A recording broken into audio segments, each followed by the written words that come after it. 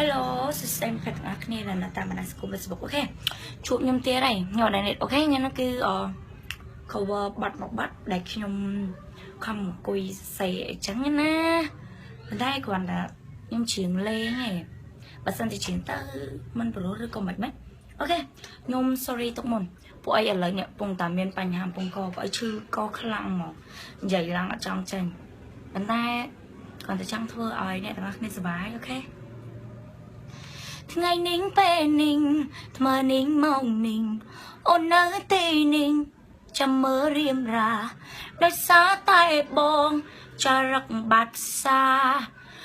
ញ៉ែម៉ែអូនទៅតែជួបប្រាំងអើយតាំងពីកាលពីពោះម៉ែប្រងចារឹងឆ្កែញ៉ែមិនស្គាល់ក្មេងចាំងចរិតដូចបងនេះសំតែដាក់បីថាំងទៅដឹងប្រឹង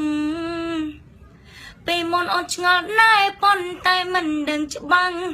ថាប្រងវល់លៀងបងចរិតបែបណាសំបីតែចាំងចិនចូលវត្តចូលវាក៏បងញ៉ែកាពីស្រឡាញ់បងមិនប្រាប់អូនថានឹងស្រឡាញ់អូនចូលស្ដីដល់មេបាគ្រាន់តែឃើញម៉ែអូនភ្លាមបងក៏ប្រាប់អូនថាម៉ែអូនស្អាតនៅស្រះជីវ៉ាបងលងស្នេហ៍គាត់ហើយអូខេផងចឹងសោះមកអ្នកទៀត